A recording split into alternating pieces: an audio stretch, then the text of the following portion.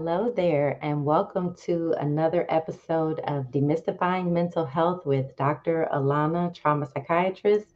I am so excited to be here today with my good friend and colleague, Demetria Sloan of Vantage Point Coaching. And today we are going to talk about discipline as a revolutionary tool of resistance.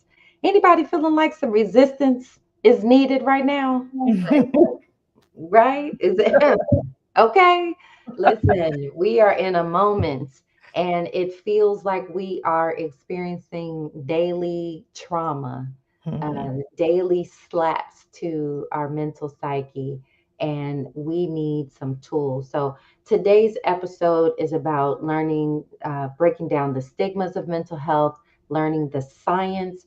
And we focus on actionable steps that help make you more healthy, empathetic individual. As I mentioned, I'm Dr. Lana, trauma psychiatrist, and I want to acknowledge before we get started that we are living in incredibly heavy times. Okay. I think it's really important to contextualize for those that are like,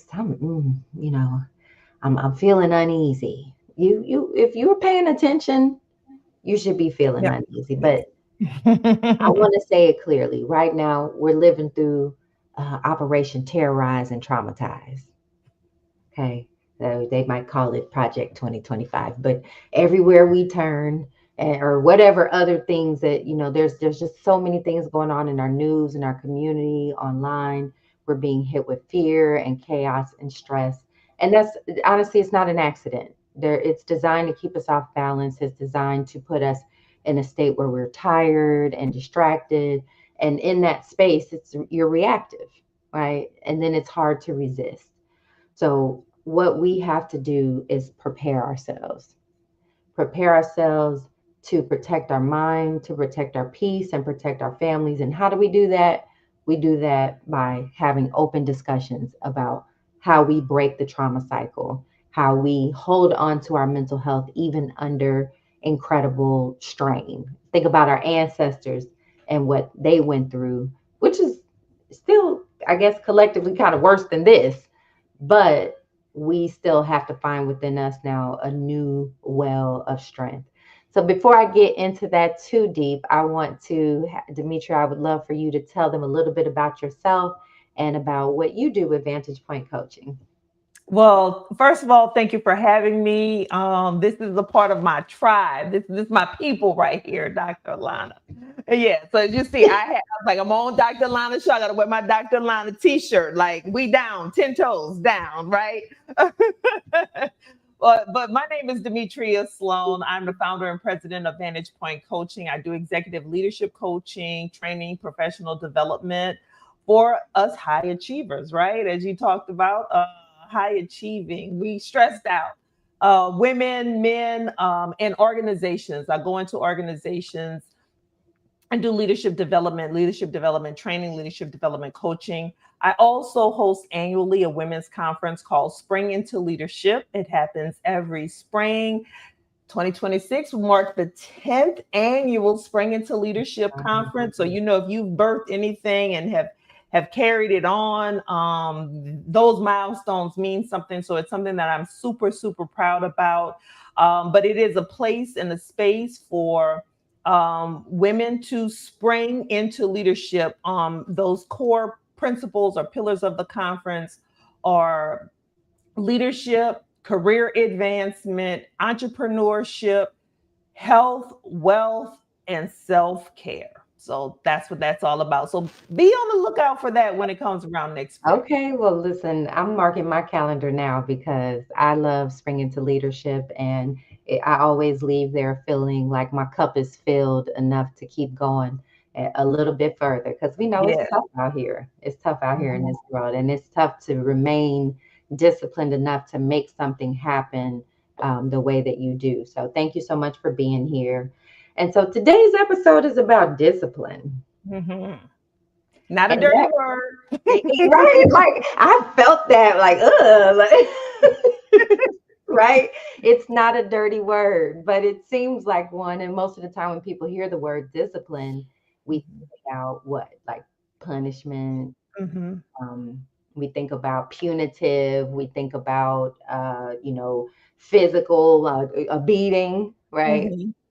But discipline is really actually something that doesn't have to be positive or negative. Let's just describe it. So, like when you hear the word discipline, how do you describe it? Well, as I was preparing for our time today, of course, I had to go to my Google machine, as the folks say, and let me look up the word definition, right? And even Hmm. in the definition, the first definition comes up. It's around some of that punitive stuff, right? Hmm. But when I think of discipline, it's just routine, a habit, anything that you're willing to commit to and have consistency with over time. That's a discipline. A discipline is an area of study. So that is the framing that I want us to take into this as we talk about discipline as a revolutionary tool of resistance, because it's not about punishing ourselves, it's not about restricting ourselves, but it's about having a habit, a routine that creates space for us to be safe, Mm. to be on solid ground. And I'd like to use this analogy for folks, to be the eye of the storm.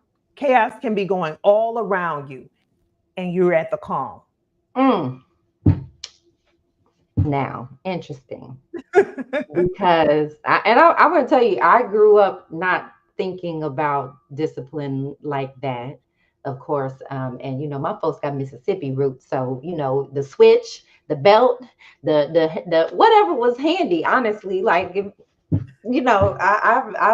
I've experienced my share of the other type of discipline, right?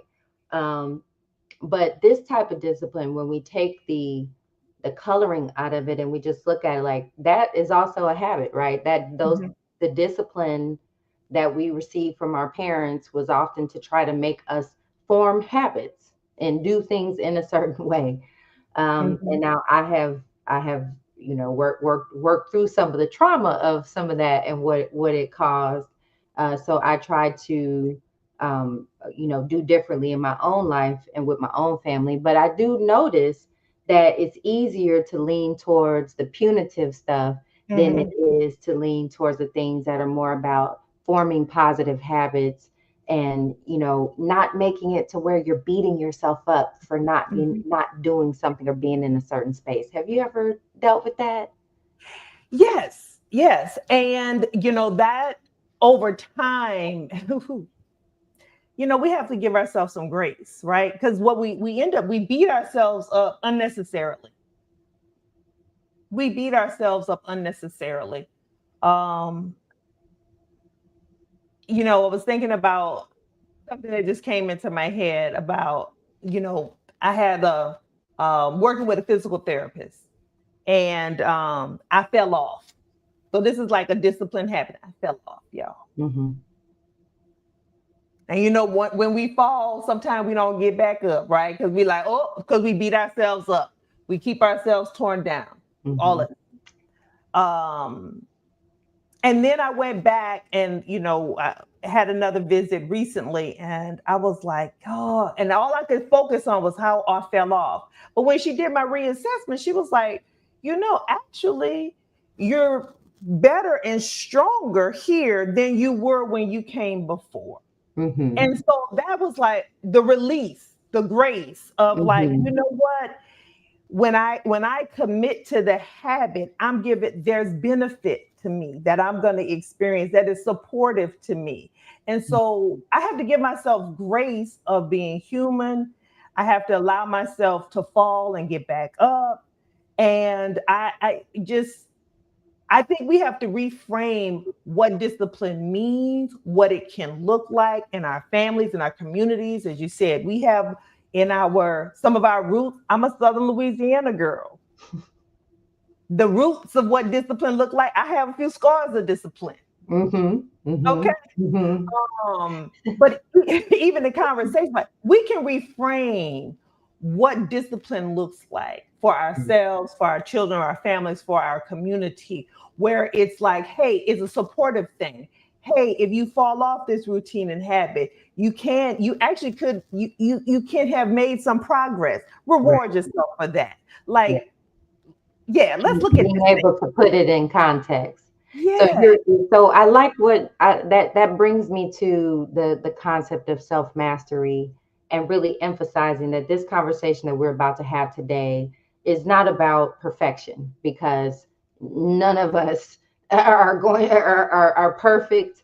We're perfectly imperfect. Let's put it like that. Mhm. And so it's not necessary to be perfect, but what we do know is that with practice, we make progress. And Yes. that is really the most important concept that I have found when it came to healing from trauma and healing Mhm. from these, the seasoning of this world that we live in, that has left us with so much of the flavor of trauma and terror. Recognizing how to practice changing your mind, changing your mood, changing the way that you approach a situation, that will always give you some progress, even if it's not the best, right? If I go in the Mhm. gym and I only use 5-pound weights, it's still better than not going at all, right? That's right. So that is where we are in this conversation. And so before we get deeper into that, I just want to take a breath. Can we just take a breath? I love a deep breath, girl. Let me put both feet on the ground and get Yes, grounded. Yeah, listen, come get on. grounded, get grounded. Take a second.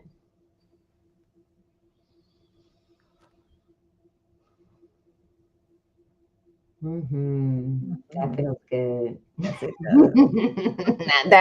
That was 20 seconds, right? Mhm. 20 seconds of a pause to take a breath, to reset yourself. And I just want to point out how we all have the ability to find those little moments and ground ourselves and change our mental and emotional state, even if it's only a few seconds. It will help you begin the practice of self control, self mastery, and discipline in using positive coping skills versus our negative ones. Because no matter what, with all this stuff going on, you're using some coping skills. So let me hit y'all with some statistics. Mm. There is statistics from the National Alliance on Mental Illness, NAMI, say that Black Mhm. adults are 20% more likely to experience serious mental health problems than the general population, yet far less likely to receive care. Now I'm gonna add my own little flavoring in here because you know how I feel about our stigma about mental health, right? No, I don't. I'm not talking to anybody. What do I need to tell folk my business for? What do you hear when people are resistant to mental health care? What do they say? I'm not crazy. Right. I ain't crazy. You crazy. Like you ain't? Okay. Yeah. Okay, cool. And I'm gonna take it to the altar. God's got me. I'm like, God do got you, but also see your therapist. Okay, let's find somebody to talk to. Why is it so? Why is it so important for us to reframe the concept of mental health? Because there's such a huge stigma about just getting into any kind of mental health programming, right? Whether it's trying to see a psychiatrist or seeing a therapist, it's even hard to know like what is insurance is just starting to cover mental health. They had to be forced to give equitable coverage for mental health services, and a lot of companies are still behind. So we Mhm. live in a society where if we say mental health, if Mhm. people start running like, oh, it's not me. Mhm. Mhm. But Demetria, you and I have talked about this for a long time, but I'll just say this for anyone who's joining us for the first time. Mental health is simply something that all of us experience. You just like you experience physical health because you have a body, you experience mental health because you have a brain. Mhm. So just because we want to talk about or address your mental health doesn't mean that anyone's calling you crazy. Most of the time, the word crazy is a word that people use for behaviors they don't understand, but they Mhm. all have a basis in your brain and in your body. Mhm. So now that we've talked about that and we get this stigma out of here, hopefully somebody who hears this message will go, you know what? Maybe talking to somebody wouldn't be that bad. Right Mhm. now, um, when we're talking about the neurological foundation of mental health, that also means that we need to consider that discipline is founded in your mental health. Mhm. Okay. Your brain takes in information, makes calculations, boom, kicks out sensations that go throughout your body that might say giggle, laugh, hug, jump, or fight, right? You're all of that's happening in here, and you're having emotions and sensations 100% of the time. Mhm. Okay? These never stop, they never shut off. Your brain is where your decision making occurs, and it's where your emotions occur, not your heart. Okay. I know we I know that's what they tell us. I know that's how they say it. We've been saying that for so long. But your heart, it's very important. It pumps that blood throughout your body. But That oxygenated cells, they feed that brain. it's doing so much. And yes, Mhm. when you are in love, your heart can flutter. When you are excited, your heart can race. But your heart is not creating your emotions, it's coming from your brain. Because Mhm. again, we now understand that mental health is centered in our brain. And then the connected chemicals and processes that flow through our body are what we experience as depression and anxiety and panic and anger, and all of those things are tied together. Can I get an amen, Demetria? Hallelujah. Okay. So now that we have established. Could I say something right there though? I just want to add a little point right there. That knowledge should be relieving and freeing Hmm. to you. Because once you have that knowledge, you're like, oh, so I can do something with this. Mm. Oh, I can do something about this. Mhm. And it might be creating some of these disciplines that we're going to talk about today, these routines, these habits. Oh, this behavior and the things that I observed, or maybe even in my upbringing, this knowledge that I thought was the truth of the world is just the truth of my experience. And I can create a new and different experience because it comes from what? My brain. Let's Mhm. create some new and different experiences generated from this brain, which creates some whole new different sensations throughout your body. Come That's on. what it's about. Come on. Come on, sensations. We like sensations, You like okay? We sensations, want some new sensations in our body. So now that we have laid that foundation, that discipline is about just as much about programming as trauma is about programming. Because if anybody who's been following me long enough, the reason that I call myself Dr. Alauna, trauma psychiatrist, is because years ago, 8 years ago, in fact, I realized that trauma is at the core of mental illness. So many of our problems center around the cumulative effect of traumas throughout our lifetime. And those traumas shape us. They shape our brain, they shape our programming, they shape our personality. And so many of us think that it's just the way I am. It's Mhm. just how I think. It's just what I do. Like what I can't be any different than I am. I'm stuck like this. And that's not true. That's so not true, because as long as you are alive, as long as you are able to learn, as long as you are able to study yourself, you can update your programming. You can address the challenges that you have because of the way you've been taught to think about yourself, the world, and other people. That's the Mhm. beauty and why I was drawn to treating trauma, because it's treatable. It's Yeah. treatable, but it is not easy, because Mm-mm. you do have to peel off layers of goop and gunk and years of what somebody has said to you and what you've said to yourself and what you've been taught through other programming to actually really begin to see your own ability to control your internal roller coaster, if you Mhm. will. Now, Demetria, question for you, because one of the things that I see a lot, in people is this concept of burnout. And people have been talking about this lately, just feeling so tired and unfulfilled, or just, feeling like you don't, can't even go any further because everything is just overwhelming. How do you deal with burnout? How do you talk to people about that? Whew, it comes up often, um, especially in my those who are on the corporate ladder, climbing the corporate ladder, who are at the top of the corporate ladder and looking down like, is this what I Right. Climbed all the way up wanted? here for this? Yeah, I did what? So it burnout happens a lot, and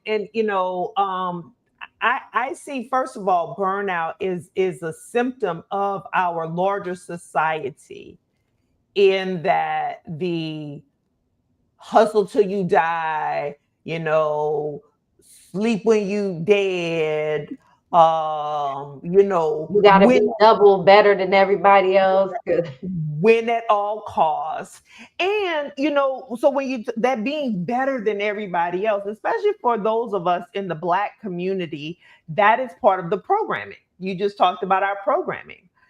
I'm sure your programming similar to my programming. Little girls, little brown girls from the South were told you got to work twice as hard to get half as far. We were told, probably by some well-meaning or not so well-meaning teachers or counselors, that okay, we weren't enough, didn't do enough, and they may not have used those exact words, but yeah. it's the behaviors around it, right? And so those barriers, they reinforce this: I gotta work hard, push constantly, and they just, without any, no rest, Yeah. rebuild, recharge, reconnect, any of that. And one of the things we talked about at my women's conference this earlier this year was about that fact of exhaustion, Black exhaustion parading as Black excellence. Mm. That's a Okay, different kind of X, huh? it's a different kind of X, and Mm. it's this whole thing about burnout, because if I don't do it, who will? Oh, if it doesn't get done, and scraping and like, oh, I'm about to pass out, but my mom, this is my mom and many other moms. You gotta clean up before you go. All the dishes had to be clean in the kitchen, and this and that. Girl, go to bed. You sound You like just me. you just don't work 12 hours. You done came home, cooked, fed. Mhm. You might have walked the dog, helped the children with homework, might have got a little thing on with your husband, and you weren't about dishes, and you getting up out your bed to do some dishes in this thing. Girl, go to Yeah. bed, get some rest. Yeah. So all that whole mindset about that go, churn, always doing and not spending enough time being, that creates burnout. And I think it's perpetuated in our society. It's perpetuated in our workplaces. It's perpetuated in our culture. Yeah. Wall Street, it always has to be in the green, right? Companies, like, they're always talking about if Right. they don't As have if the growth. red should never happen, that, downs should never exist. Yeah. Yeah. Like Mm. this whole idea that the only thing that constantly grows is a cancer, and a cancer grows until it consumes its host, You know right? what? That's a good point. That's what tumors do. And so we have this like, oh, we should be growing, pushing all the time. What that will do is it will consume you, and it Hmm. will ultimately take you down. So And nobody discipline, wants so discipline is not only something that we are looking towards to, change our habits, but discipline is also about making the habits that you adopt healthier, that. right? Being Absolutely. able to recognize. I think of burnout in a couple different ways to add to what you were saying. When you're doing chronic output without replenishing, you are going to ultimately have a collapse of your nervous system. Hmm. And I think we were even born into a society that set us up for these chronic stresses and circumstances. And then, of course, as you mentioned, depending on your demographic, depending on your orientation, depending on your religious status, depending on how you practice your life. Like those are along the way, you're getting hits, you're getting slaps, you're getting psychological input that you're not enough or that you should do it this way and that way. And so now we find ourselves at a crossroads where all of these things are blowing up in our face. Mm-hmm. And a lot of society is realizing like, wow, these work hours are traumatizing. Underpaying people is traumatizing. Locking people up and the Mm-hmm. experiencing the prison systems and those type of things is traumatizing. So as we I've learned to reframe the concept of burnout into like I'm experiencing a significant amount of psychological trauma. And Mm-hmm. so it's not just me, my body burning out that I can't go any further, or how that concept of burnout makes you think, but to realize like my body is overloaded and overwhelmed and giving me actual real biological responses that say, hey, the way the world is operating, the things that are going on, they're not okay. We're not okay. It's signals that we're supposed to be able to recognize and read and then adopt our behaviors and change the way that we are doing things so that we can actually create a healthier, healed type of system, because our culture is in survival mode. Yes. So let me give them some examples of where you might notice if you're on hyper alert, if you will, you're in survival mode, maybe being very distracted, right? Our brains being on hyper alert and kind of always bouncing from task to task. When you are constantly taught go, go, go all your life, then when you even stop and try to rest, your brain still wants to go. You Oh. know, when you Mm-hmm. stop to do your meditation, your mindfulness practice, and then you realize, like, why am I off here making a grocery list? Mm-hmm. Mm-hmm. It's hard because your body gets into the habit even of doing negative things or things that could be harmful to you. Being inconsistent about things. A lot of people ask about procrastination. Like, how can I overcome procrastination? What are the things? Because a lot of times we're avoiding the task because our body and brain is overwhelmed, or we've learned, like, well, I operate better under stress. Do you though? We lied to ourselves. Let's just tell the truth about it. People, we have lied to ourselves about that because we don't want to deal with the hard stuff, right? And because that's a part of our also how our we have evolved, like how humans have evolved. It is path of least resistance. So if I got to deal with this hard stuff, I'm just Yeah, gonna put that hard stuff off as long as possible, and yeah, I'm gonna lie to myself and say, "Oh, I like working under pressure." No, you don't. You're creating this because then you get that, and like Dr. Alana would say, that dopamine rush, yeah, yeah, and you're addicted to that dopamine rush. yeah. Dr. Alessandra said, even in healing spaces, folks can make it seem like you always need to be working on something for growth and healing. Stop, pause, and just be. Yeah, Mhm. that's so real, Dr. Alessandra. Yeah. Ron says in the chat, burnout is real. Like, Mhm. absolutely, we experience these challenges. It's more than just being tired. It is really the impact of swimming through trauma soup, if you will. Mhm. Mhm. So it's that much more important for us to think about discipline in a way of I'm already disciplined in doing some of the things that harm me. There are some people who consistently will do a harmful thing and they are disciplined about it. That's Okay. right. If they got to stop and pick up their beers at the store on the way home, they're going to stop and pick up their beers. Okay. It's not going to get low, and they're Mhm. disciplined enough to keep it where they want it to be. You understand Mhm. what I'm saying? When we're disciplined in overeating and disciplined in eating mess and junk, you ain't gonna let that thing get too low, okay? Mhm. Before you go get your thing, whatever that thing is, It right? is. Whatever it is. And for most of us, let's just be honest, we grew up seeing our family, friends, role models, that the people who loved us, people who still love us. And like you said, sometimes they were doing their best, but their best was unintentionally harmful. But our society emphasizes harm things that are harmful to our mental health just at baseline as Mm-hmm. being the thing to do, right? Mm-hmm. We have whole like it's after 5 o'clock somewhere, Mm-hmm. right?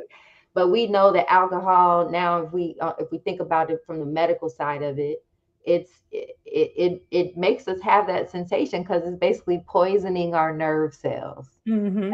Don't get me wrong. Uh, I still have a cocktail here and there. Mm-hmm. But if I know that yes, I'm having this sensation, but it's turning off my best mind, so it's more likely to make me impulsive or do something. It might be slowing down my reaction time, so it makes me more likely to have an accident if I choose to drive, or it's impacting my liver or my kidneys or the other parts of my body that I need to live a long, healthy life. But, folks don't want to think about that. We just want to Right. go, we don't want anybody to judge us. And, whenever we start talking about the people like, well, I don't drink that much. And but if we understand that like all forms of alcohol are some form of unhealthy for us, Mm-hmm. but that's that. Don't tell me that, right? Like, don't that I don't want to accept that. But those are realities that when we're living in a time where a lot of negative. I'm just picking on alcohol. Don't get Yeah. me wrong. But a lot of negative behaviors are modeled for us and shown to us long before anybody was talking about mindfulness practice, rest, meditation practices, being skillful with your words and thinking about what you're going to say and writing in a journal and trying to or going to therapy and processing it so that you come back with a healthier perspective. Like, who's getting that Right. from the jump? Maybe a handful of people. Yeah, but I'm a venture to say, Yeah. nah, Not. nah, Yeah. not really. Most of us get the negatives long before we experience the positive. And even if you grew up in a family that was practicing a higher level of emotional mastery and talking about certain things, there's still the missing piece of understanding how our brain and biology is driving all of that, those things that we've been able to observe and describe for years, but have really kind of misplaced some of the, like it's happening because of my gut. Like, the Mm-hmm. brain is still driving the signals and the other things that you are experiencing. That's So right. for you, from your perspective, Mm-hmm. what ways or what tools do you give your clients when they are, trying to restructure their lives in a way that's more disciplined and more healthy? What kind of things do you give them to do? Well, I would say the first thing is so in the spirit of coaching, so to kind of describe like the coaching discipline difference from like a therapy discipline, Hmm. the foundation of coaching is I'm asking questions. I'm asking questions to really help generate the thought. So as you talked about pulling back the layers and the gobs and the gook of all the stuff that we have, I'm asking questions that put you in that pause so that you can actually start kind of finding the answers for yourself. Okay. Um, and so that would be the first thing is getting people into that pause and asking questions. And one of the questions I always ask every coaching session as we kind of talk and maybe process through stuff is what are you willing to commit to? Right?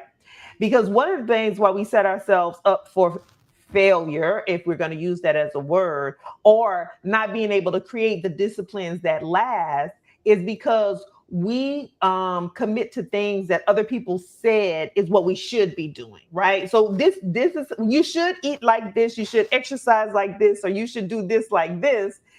But if that doesn't work for you, right? Hmm. Then you're not going to commit to it. So it won't have lasting impact. So that's one of the things is asking the question, what are you willing to commit to? Because what are you willing to commit to? You be willing to create a discipline around it and form that habit and routine. I think Hmm. the other thing is reframing, right? When you start, one of the reasons I named my business Vantage Point Coaching, because I believe when you see things from a different vantage point, and change your vantage point, change your life. So we reframe things. Okay, let's look at this differently. If I look at this differently, if ask yourself that question every time. So I had a client recently say, oh, this person at work, they're always following me and doing what I do and da da da. Okay, let's reframe that. What does she look? There's something she is obviously, maybe she needs something from me. Maybe there's an insecurity that she have. Maybe it's not about you at all, right? Mhm. Ask yourself that. Um, when we can start asking ourselves questions, that is the first thing I think in helping us kind of creating those disciplines and habit and first just breaking down the beliefs and the stuff that we already have, because Yes. we got to break some of that stuff down first before we can commit to doing other things. Mhm. um, Another thing also have people do is to really do a self inventory. You Mm-mm. know, get ready to work out or work with a financial advisor or whatever. Sometimes it's like, okay, I want you to do a time audit. People are like, what's a time audit? Because you talking about you telling me you don't have time. I'm telling you how the days are struck. We all got the same 24 hours. So you telling me you don't have time. I want you to do a time audit. Because if you work with a financial advisor, you're gonna do a financial audit. If you work with a nutritionist, you're gonna keep a track of everything that you're eating, whatever, before you start anything new. I want us to do that self-inventory so we can be honest with ourselves about what we're really doing, Mm-mm. we really have.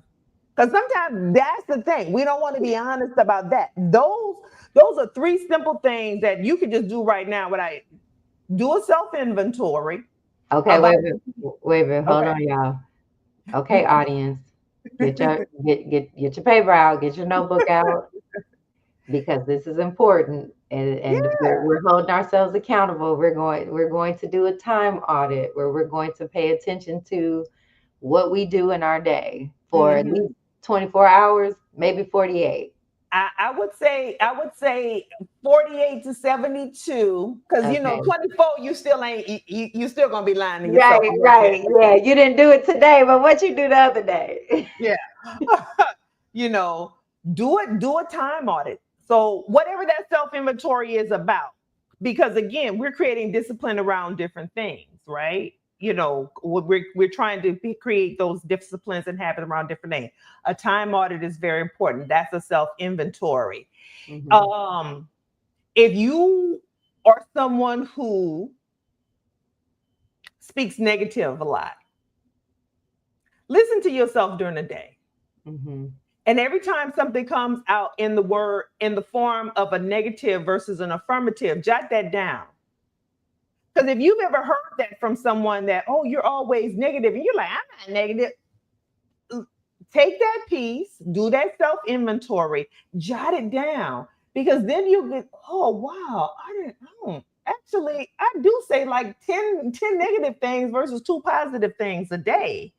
And I can reframe before the words come out. They form it in here before they come out. I go pull that back a little bit, right?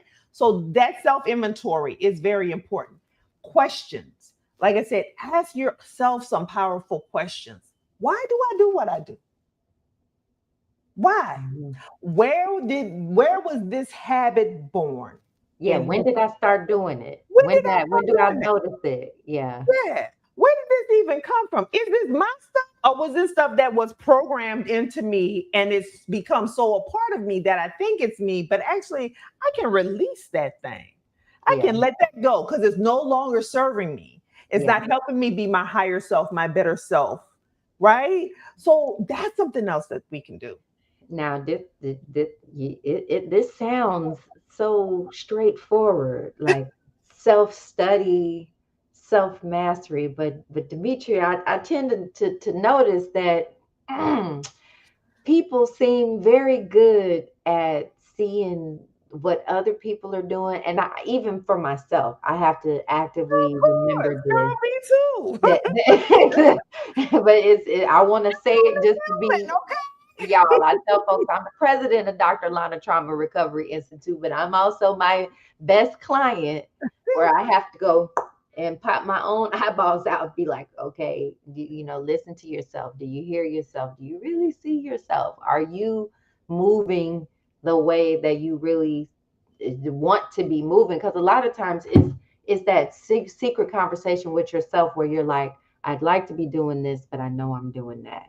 Mhm. And that's what the where we're coming back to discipline. Discipline actually feels amazing when Mhm. applied to The good. master yourself. Yeah.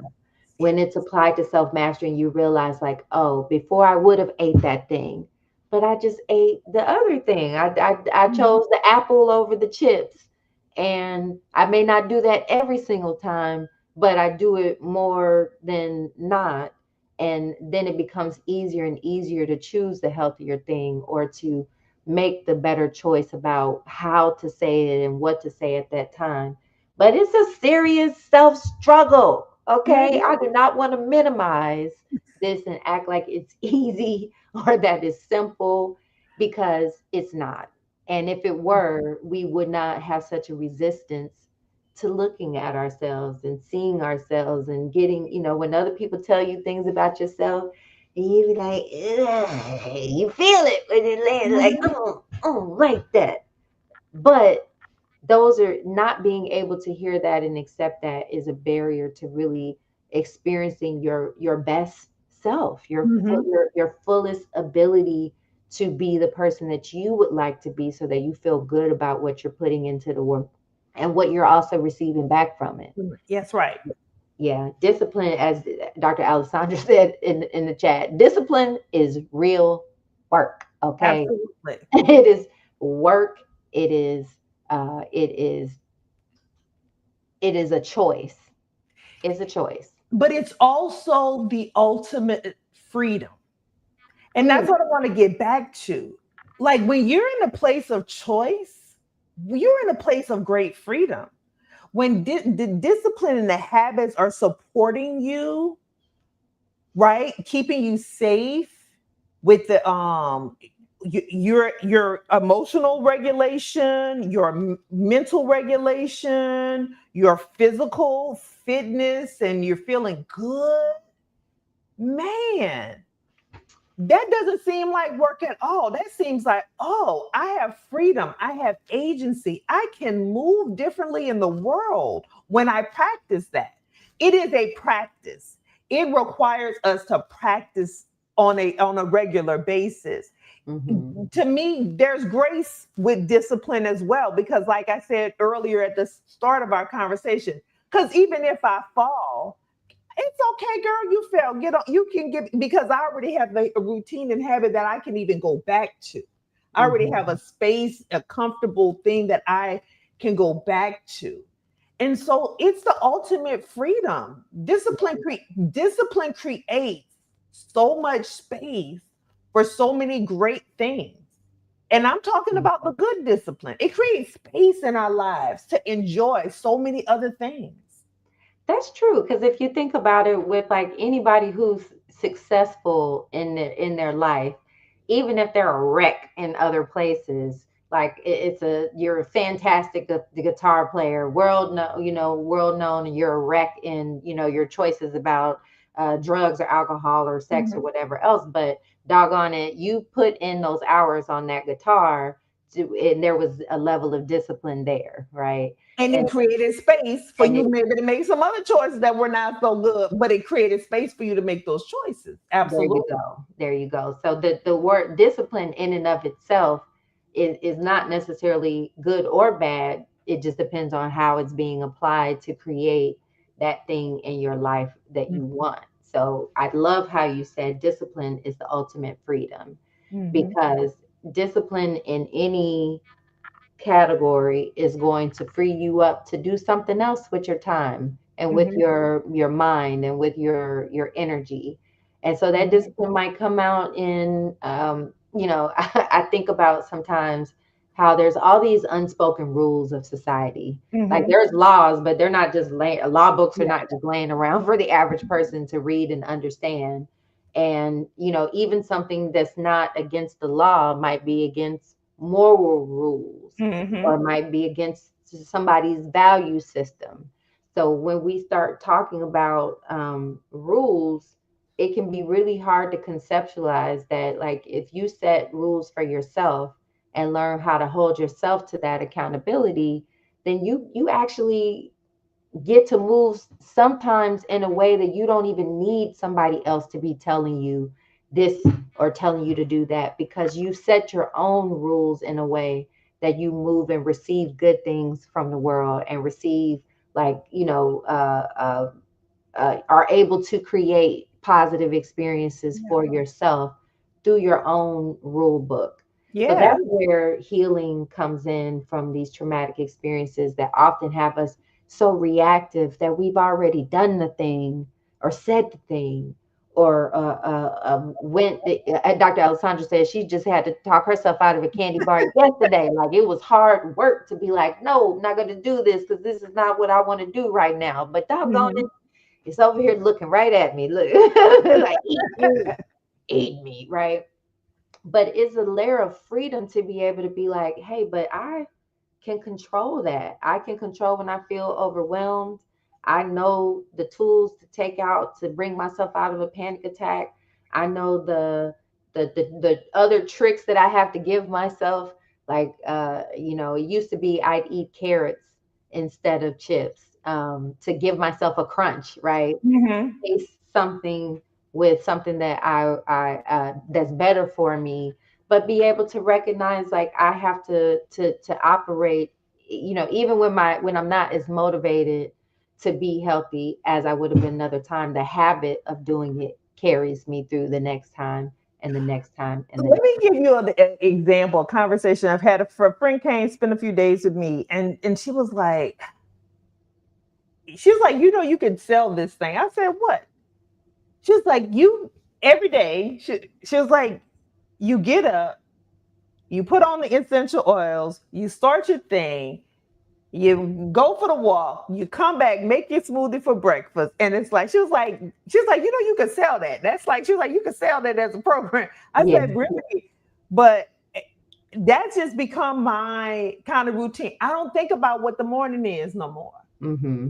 And when you talk about freedom, when you ain't got to think about what you're gonna do, what you're gonna eat, and then Mm-hmm. because see, when you have too many choices, that's when that candy bar start looking real good. Like, Yeah. okay. So it's just like, and I didn't even think of it having, but someone who had came and stayed with me for a couple of days, who, like, she observed that discipline and Mm-hmm. was like, this is good. Like, okay, this is really good. Mm-hmm. And for me, it's become so, like, It's so second routine in your nature. programming that you don't think about it as it, but you had to have some level of discipline to start the habits and continue them like Yeah, that. but Yeah. it's nourishing. And then so fast forward, then I go to my doctor and it's like, I don't know what you've done, but you've been able to maintain all of these things, Mm-hmm. right? That's because of that. I was like, that's probably because I have a smoothie every morning for breakfast. I go walk. If I miss walking one day, I don't beat myself up about it. I just go walk the next day, right? Mm-hmm. It's just like that, little things like that. Yeah, take us Yeah. out of moving in survivor mode or survival mode. But the same thing goes on, like, because I know, I do executive coaching as well, and I want to just talk a little bit also about kind of that discipline in the workplace. um because there's a lot of workplace trauma, okay, that Mm-hmm. people have experienced as well. And so you mentioned, we talked about burnout earlier, inconsistency, being distracted and not focused. A lot of that is because of the trauma that happens at home, but it also happens at work because of a lot of the traumas that we've experienced in the workplace. Mm-hmm. And so we can create different disciplines and habits and routines in how we communicate, Mm-hmm. how we, okay, practice the pause at work, um, how we, okay, get centered. Like we did that nice little, okay, I'm gonna breathe. Actually, I'm just going to take 20 seconds to breathe. You know what?